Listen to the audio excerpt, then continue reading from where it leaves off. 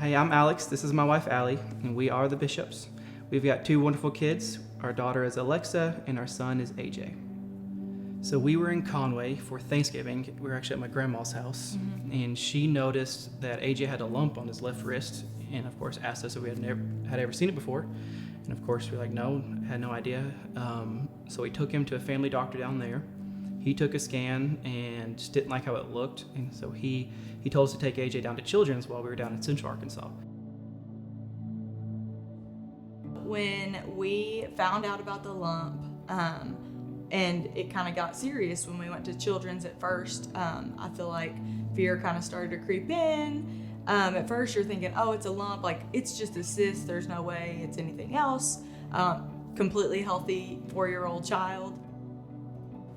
And so when we heard the doctor say there was like a 75% chance it was cancer, we honestly just sunk. We didn't really know what to do. We were scared and worried for AJ. So it was the day of the surgical biopsy, and so after hours of waiting in the waiting room, the doctor walked out and sat down in front of us, and we didn't really know what to expect, but he sat down and said, "I've got great news. It was benign, and I cut it out, and AJ's doing great. He's resting and waking up, and we'll be able to go see him the next 30 minutes or so." And Looking back, I'm looking at somebody else's life, and so it was a little bit of a shock that it was benign, and it was just like this beautiful thing where you just want to like fall on your knees and be like,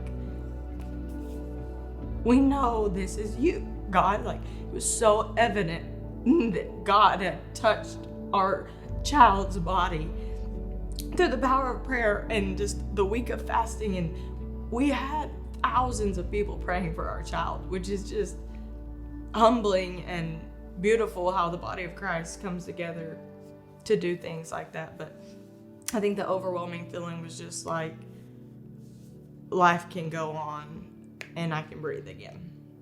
well, we got the best news possible.